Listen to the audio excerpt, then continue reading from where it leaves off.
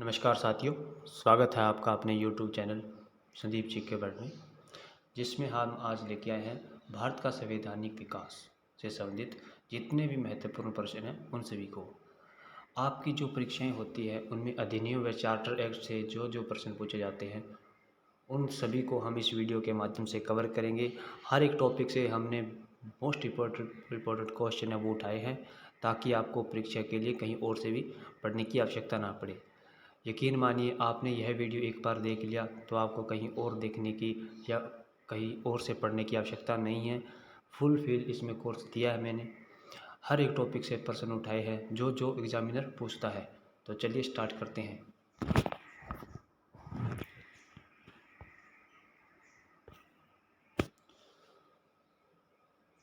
पहला है 1600 ईस्वी का चार्टर एक्ट किसे कहते हैं। सर्वप्रथम यहीं से स्टार्ट होता है चार्टर एक्ट या अधिनियम का जो सिलसिला है वो। तो 1600 ईस्वी का जो चार्टर एक्ट है वो महारानी एलिजाबेथ ने एक राज्यलेख द्वारा 15 वर्षों के लिए व्यापार का अधिकार दिया कंपनी को, जिसे 1600 ईस्वी का चार्टर एक्ट कहते हैं। इसे ही 1600 ईस्वी का चार्टर एक्ट कहते हैं।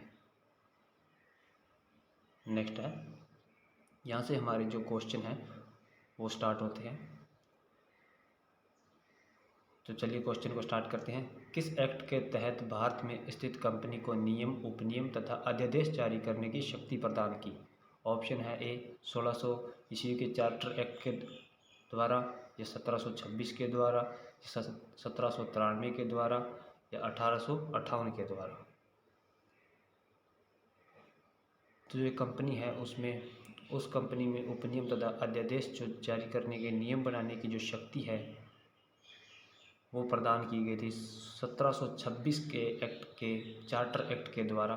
तो इस क्वेश्चन का राइट आंसर हो जाएगा बी। नेक्स्ट क्वेश्चन की ओर बढ़ते हैं। 1774 ईस्वी में कलकत्ता में सुप्रीम कोर्ट की स्थापना किस एक्ट के तहत की गई। ऑप्शन है पिट्स इंडिया एक्ट 1784 के द्वारा, बी है 1786 के अधिनियम द्वारा, सी है 1773 के रेगुलेटिंग एक्ट के द्वारा, या डी है 1833 के चार्टर एक्ट के द्वारा। तो आप इसे भली भांति परिचित है कि कलकत्ता में भारत का प्रथम जो सुप्रीम कोर्ट है उसकी स्थापना हुई थी। यह हुई थी 1773 के रेगुलेटिंग एक्ट के तहत। तो इस क्वेश्चन का राइट आंसर हो जाएगा सी। नेक्स्ट क्वेश्चन, 1773 के रेगुलेटिंग एक्ट के तहत बंगाल का प्रथम गवर्नर जनरल किसे बनाया गया। ऑप्शन ए है Warren Hastings, B Cornwallis, C William Bentinck, या डी लॉर्ड कैनिंग। तो आपको इसका राइट आंसर बताना है। तो हमारे क्वेश्चन नंबर 4 का राइट आंसर हो जाएगा option number A Warren Hasting.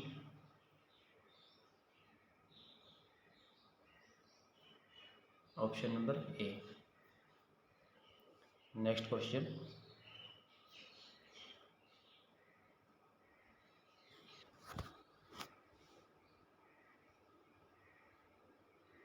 Option number A. Next है,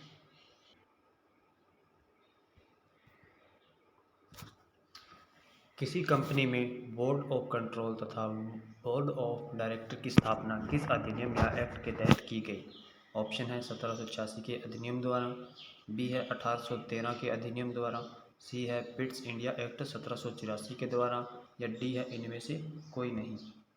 तो किसी कंपनी में ब्रिटिश सरकार द्वारा बोर्ड ऑफ कंट्रोल तथा बोर्ड ऑफ डायरेक्टर की स्थापना है वो की गई थी option number C Pitt's India act 1784 के अधिनियम के द्वारा।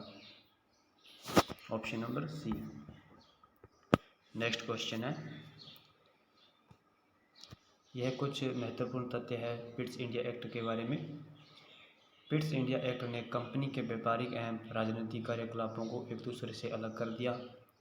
पिट्स इंडिया एक्ट के विवाद को लेकर लॉर्ड नॉर्थ तथा फक्स की मिलीजुली सरकार है उसे त्यागपत्र देना पड़ा था। आपको यह भी बात याद रखनी है, क्योंकि कई बार परीक्षा में पूछ लेता है कि लॉर्ड नॉर्थ तथा फक्स की मिलीजुली सरकार को किस अधिनियम या एक्ट के द्वारा त्यागपत्र देना पड़ा था। तो इसका राइट आंसर पिट्स इंडिया एक्ट हो जाएगा। थर्ड है, यह पहला और अंतिम अवसर था जब किसी भारतीय मामले पर ब्रिटिश सरकार वो गिर गई थी। यह भी एक प्रश्न बन रहा है, आपको इसका भी ध्यान रखना है। चलिए आगे बढ़ते हैं। नेक्स्ट है, इस अधिनियम के तहत मुख्य सेनापति की शक्तियां भी गवर्नर जनरल में निहित कर दी गई। वह कौन सा अधिनियम था? ऑप्शन है 1793 के चार्टर एक्ट द्वारा, बी है 1861 भारत परिषद अधिनियम के द्वारा, सी है 1858 के चार्टर एक्ट द्वारा, या डी है 1786 की अधिनियम द्वारा। तो गवर्नर जनरल में जो मुख्य सेनापति की शक्तियां थी वो निहित की गई थी 1786 के अधिनियम द्वारा। Option number D right answer है इसका। नेक्स्ट क्वेश्चन है, इस एक्ट के तहत ब्रिटिश पार्लियामेंट ने कंपनी के ऊपर व्यापारिक अधिकार को 20 वर्षों के लिए बढ़ा दिया। निम्न में से कौन सा एक्ट था? यानी जो ब्रिटिश सरकार थी उसने कंपनी के जो व्यापारिक अधिकार था, जिसे सर्वप्रथम 1600 ईस्वी के चार्टर एक्ट के तहत 15 वर्षों के लिए किया गया था, लेकिन बाद में उसे संशोधित कर 20 वर्षों के लिए किया गया था। आपको यह बताना कि वह कौन सा अधिनियम या चार्टर एक्ट था।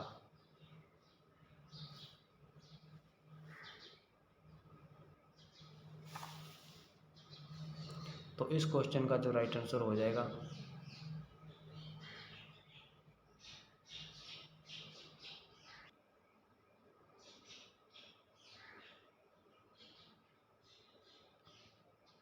इस क्वेश्चन का राइट आंसर हो जाएगा ये 1813 नहीं होगा दोस्तों, ये हो जाएगा 1793 ईस्वी में अधिनियम चार्टर एक्ट के द्वारा कंपनी के जो अधिकार है उसे 20 वर्षों के लिए बढ़ा दिया गया था। ये गलत है, ये डी नहीं होगा यहाँ पे। तो आपको यह याद रखना है कि 1793 ईस्वी का ये अधिनियम या चार्टर एक्ट था। नेक्स्ट क्वेश्चन की ओर बढ़ते हैं। 1793 के चार्टर एक्ट के बारे में महत्वपूर्ण तथ्य यह है कि गवर्नर जनरल का बम्बई तथा मद्रास प्रेसिडेंसियों पर अधिकार वो स्पष्ट कर दिया गया था। यानी पहले जो सिर्फ बंगाल में गवर्नर जनरल था उसे अब बम्बई तथा मद्रास का अधिकार भी दे दिया गया था। नेक्स्ट क्वेश्चन है, 1813 का चार्टर एक्ट, इसमें क्या है कि अंग्रेज़ों के जो व्यापार है पहले जिसे 15 वर्षों के लिए बढ़ाया गया था, जिससे बाद में 20 के लिए, लेकिन यह बाद में जो है कंपनी बंद हो गई थी। इसलिए अंग्रेज़ों के व्यापार बंद होने के कारण कंपनी के जो व्यापारिक अधिकार को समाप्त कर दिया गया था। इसके लिए एक एक्ट लाया गया था जिसे 1813 का चार्टर एक्ट कहते हैं। नेक्स्ट है, बंगाल के गवर्नर जनरल को भारत का गवर्नर जनरल बनाया गया वह एक्ट या अधिनियम कौन सा है? 1813 के चार्टर एक्ट द्वारा, 1853 के द्वारा, 1919 के अधिनियम द्वारा, या 1935 के अधिनियम द्वारा।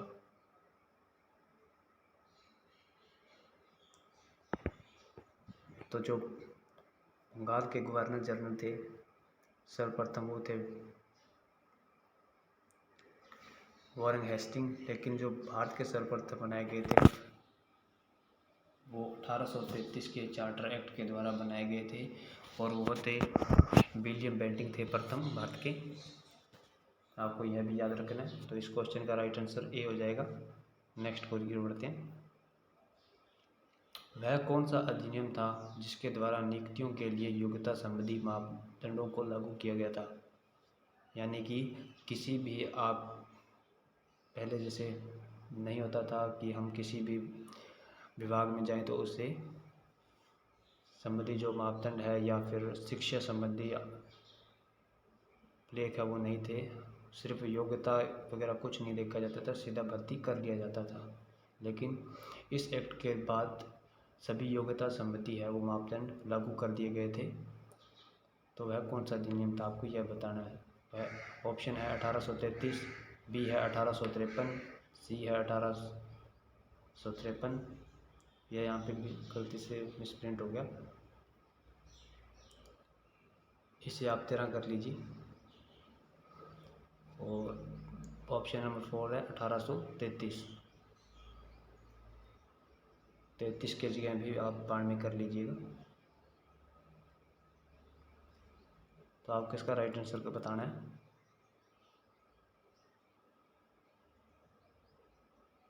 तो इस क्वेश्चन का जो राइट आंसर हो जाएगा वो हो जाएगा ऑप्शन नंबर ए।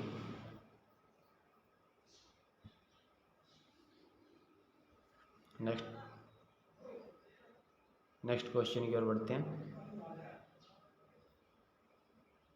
इसके बारे में कुछ महत्वपूर्ण तथ्य या बातें हैं। इस एक्ट के तहत नियुक्ति संबंधी सभी भेदभाव समाप्त कर दिए गए। या सेकंड है, परिषद गवर्नर जनरल को सैनिक व असैनिक कार्य का नियंत्रण एवं निरीक्षण का कार्य सौंपा गया।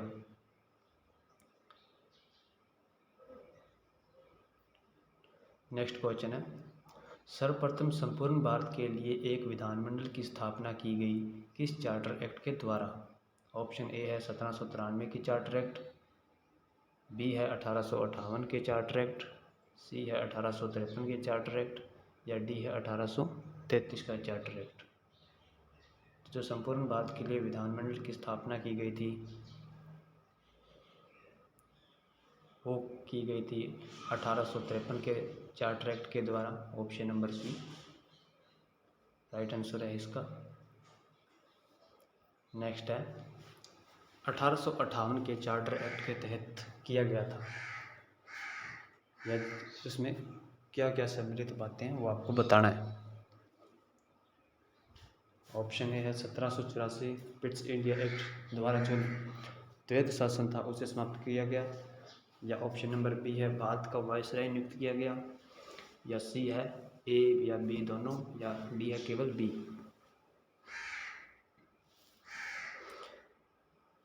तो जल्दी से इसका कमेंट करें। 1800 चार्टर ईस्वी के जो चार्टर एक्ट है उसके जो पहले थे उन सभी को गवर्नर जनरल कहा जाता था, लेकिन इसके बाद गवर्नर जनरल को वायसराय कहा जाने लगा, और जो भारत के सर्वप्रथम वायसराय थे वो लॉर्ड कैनिंग थे। तो इस क्वेश्चन का जो राइट आंसर हो जाएगा वो ऑप्शन ए और बी दोनों हो जाएंगे, क्योंकि इसके द्वारा 1784 के द्वारा ब्रिटिश इंडिया एक्ट जो द्वैध शासन लागू किया गया था उसे समाप्त किया गया, तथा जो गवर्नर जनरल था उसे वायसराय कहा जाने लगा। यह दोनों बातें सत्य है इसके अंदर, तो इसलिए इस क्वेश्चन का राइट आंसर सी हो जाएगा। नेक्स्ट की ओर बढ़ते हैं। किस चार्टर एक्ट को act for the better government of the India की संज्ञा दी गई? ऑप्शन ए है 1858 के द्वारा, 1726, सी है 1600, या 1834 के द्वारा। तो इस क्वेश्चन का राइट आंसर ए हो जाएगा। 1858 के चार्टर एक्ट को act for the better government of the India कहा जाता है, क्योंकि इसमें पहले जो भारतीयों को प्रतिनिधित्व व बराबर का प्रतिनिधित्व है वो नहीं दिया गया था, लेकिन इसे संशोधित करके बाद में पुनः बनाया गया था। प्रशासन में भारतीयों को कोई अधिकार नहीं दिया गया था इसके अंदर, इसलिए इसे संशोधित करके बाद में बनाया गया। नेक्स्ट की ओर बढ़ते हैं। भारत में प्रतिनिधि संस्थाओं का जन्मदाता किस अधिनियम के लिए कहा गया है? ऑप्शन है 1892 के भारतीय परिषद अधिनियम को, बी है 1861 भारत परिषद अधिनियम को, सी है 1909 के भारतीय परिषद अधिनियम को, या डी है 1919 के अधिनियम को। तो जो 1861 है इसे भारत में प्रतिनिधि संस्थाओं का जन्मदाता कहा जाता है। Option number C.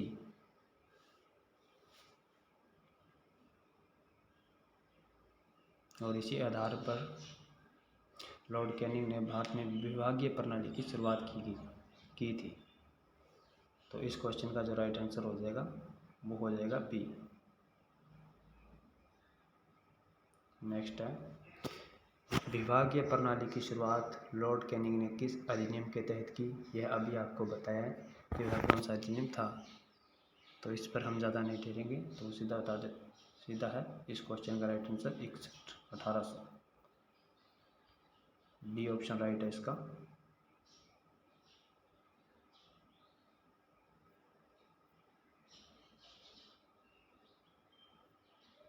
Next question है, इस अधिनियम को पारित करने के लिए पहली बार अंग्रेजों को बाधित किया गया वह अधिनियम था 1892, 1909 का, या 1935 का, या 1919 का।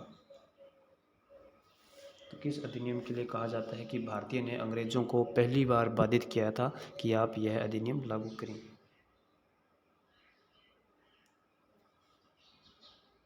जल्दी से बताएं इसका आंसर आप।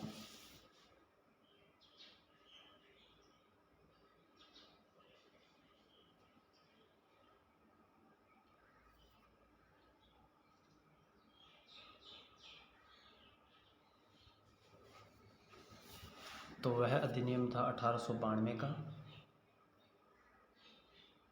ऑप्शन नंबर ए इस क्वेश्चन का राइट आंसर है। इस अधिनियम के द्वारा ही चुनाव पद्धति की शुरुआत की गई थी जो कि अप्रत्यक्ष थी।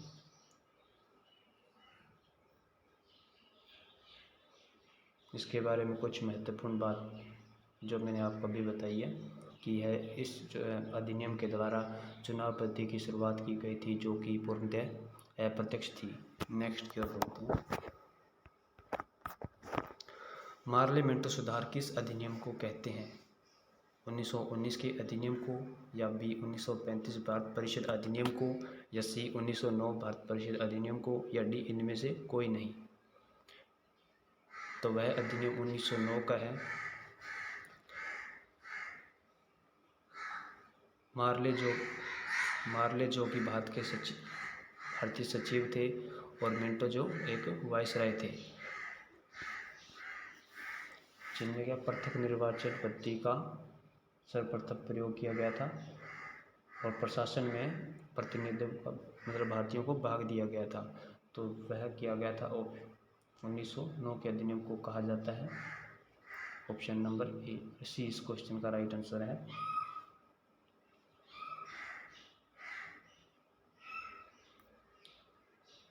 नेक्स्ट क्वेश्चन है, इस अधिनियम द्वारा भारतीयों को निर्माण विधि तथा प्रशासन दोनों में प्रतिनिधित्व दिया गया वह कौन सा अधिनियम था? ऑप्शन ए है 1909 का भारत परिषद अधिनियम, या 1786 का, सी 1773 का रेगुलेटिंग एक्ट, या डी 1919 का। तो जो ये इस सीरीज़ का जो पिछला क्वेश्चन था क्वेश्चन नंबर 18 वो इससे रिलेटेड है क्योंकि यह दोनों क्वेश्चन एक ही है। 1909 इस क्वेश्चन का जो राइट आंसर हो जाएगा। भारतीय वायसराय मिंटो व सचिव जॉन मार्ले जो कि उदारवादी थे, उन्होंने भारतीयों को निर्माण विधि तथा प्रशासन दोनों में ही भाग दिया था, इसलिए इस क्वेश्चन का राइट आंसर ए हो जाएगा।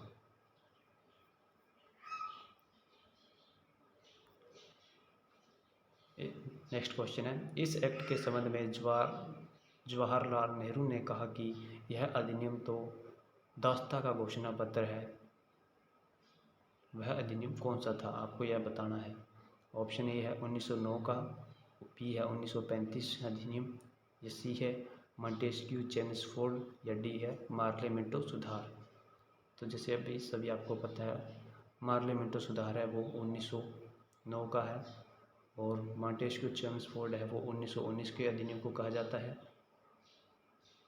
यह दोनों तो एक ही है, ए और डी। तो अब इन दोनों में से बताना है आपको कौन सा राइट आंसर होगा।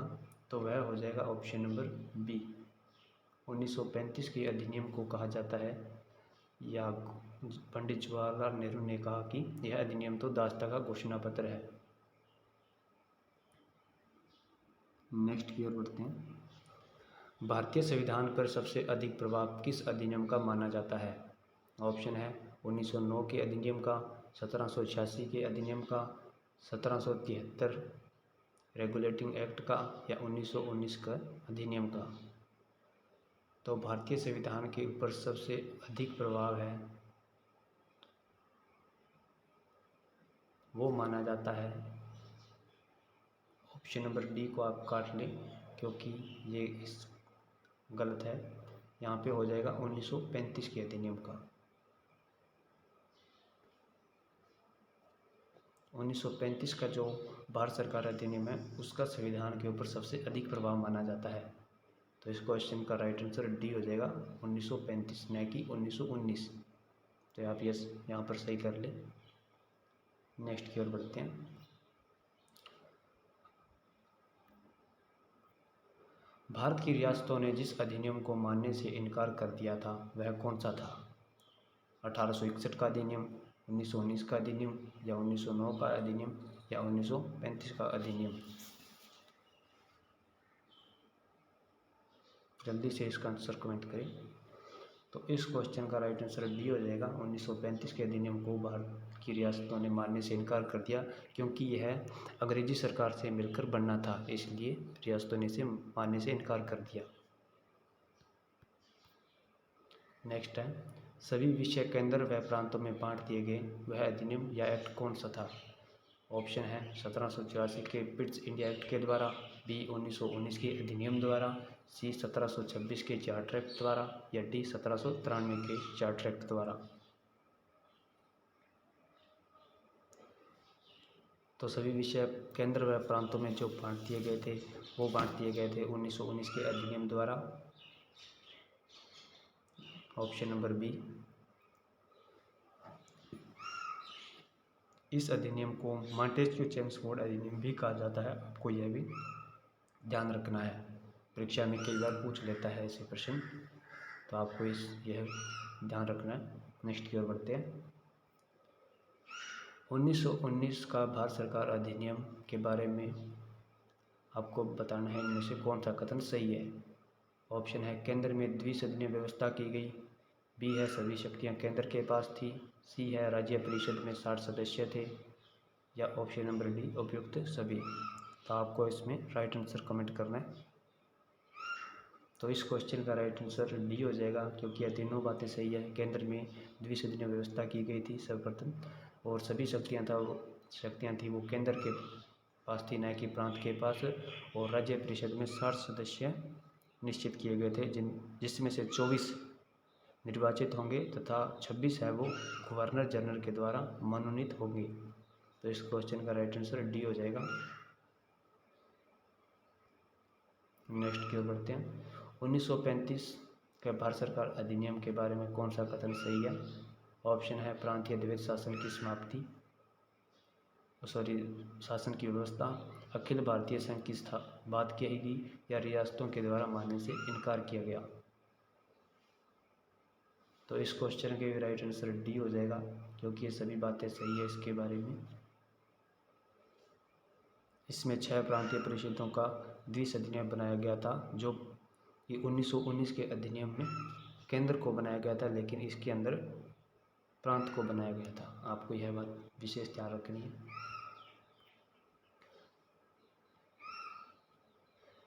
नेक्स्ट है, 6 प्रांतीय परिषदों में द्विसदनीय बनाया गया किस अधिनियम या एक्ट के द्वारा? तो इस प्रकार के प्रश्न आपको ध्यान रखने हैं, क्योंकि 1919 के अधिनियम के द्वारा केंद्र के अंदर द्विसदनीय व्यवस्था की गई थी, लेकिन 1935 के द्वारा केंद्र को हटाकर प्रांत को है वो द्विसदनीय बनाया गया था। तो इस क्वेश्चन का राइट आंसर बी हो जाए, ए हो जाएगा, option number.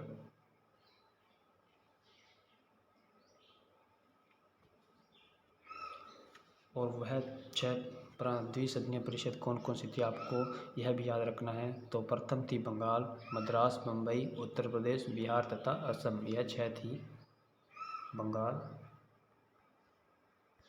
Madras,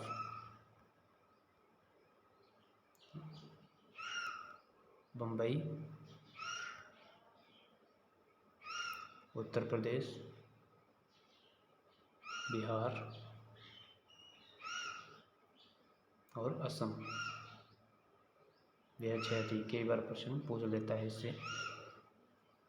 next question है, इस अधिनियम के तहत केंद्र में द्विसदनीय व्यवस्था की गई, जिसमें एक सदन राज्य परिषद तथा दूसरा विधान सभा बनाया गया, वह कौन सा था? ऑप्शन है 1858 के अधिनियम द्वारा, बी 1909 के अधिनियम द्वारा, सी 1919 के अधिनियम द्वारा, या डी है 1892 के अधिनियम द्वारा। तो मैंने आपको यह पहले ही बता दिया था कि वह था 1919 का अधिनियम, जिसके द्वारा केंद्र में द्विसदनीय व्यवस्था की गई थी, और 1935 के द्वारा इसे हटा दिया गया। नेक्स्ट है, किसी भी सदन में कोई भी बिल ला सकता था, यह किस गवर्नर जनरल या वायसराय की अनुमति थी? ऑप्शन है लॉर्ड कैनिंग, बी है डलहौजी, सी है लॉर्ड क्राउन या डी है लॉर्ड विलियम। तो वह अधिनियम हो गया 1919 के अधिनियम द्वारा लॉर्ड कैनिंग ने यह कहा था कि आप किसी भी सदन में वो बिल है वो ला सकते हैं और अध्यादेश है वो जारी कर सकते हैं जिसकी वैधता 6 माह की होगी। तो इस क्वेश्चन का राइट आंसर हो गया option number C, Lord Crown ही वह थे जिन्होंने यह अधिनियम पारित किया था। नेक्स्ट है अधिनियम 1935 के बारे में सत्य कथन है। दिल्ली में एक संघीय न्यायालय की स्थापना। ऑप्शन बी है रिजर्व बैंक ऑफ इंडिया की स्थापना। ऑप्शन सी है सिखों, भारतीय ईसाइयों, एंग्लो इंडियन यूरोपियन का पृथक निर्वाचन, या ऑप्शन डी है उपयुक्त सभी। तो इस क्वेश्चन का right answer option number D हो जाएगा, क्योंकि ये सभी बातें इस अधिनियम के बारे में सत्य हैं। नेक्स्ट क्वेश्चन है 1833 ईस्वी के चार्टर एक्ट के तहत विधि या योग्यता संबंधी मापदंडों का प्रयोग करके सर्वप्रथम किसे शामिल किया गया था? ऑप्शन है रिपन को, बी है लॉर्ड कैनिंग, सी है जॉन मार्ले, या ऑप्शन नंबर डी है मैकाले। तो यह अधिनियम है, आपको विशेष ध्यान रखना है।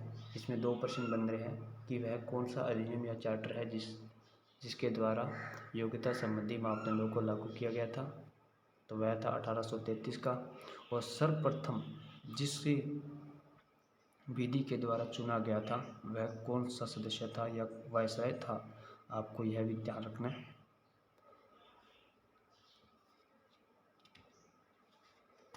जल्दी से इसका आंसर कमेंट करें आप।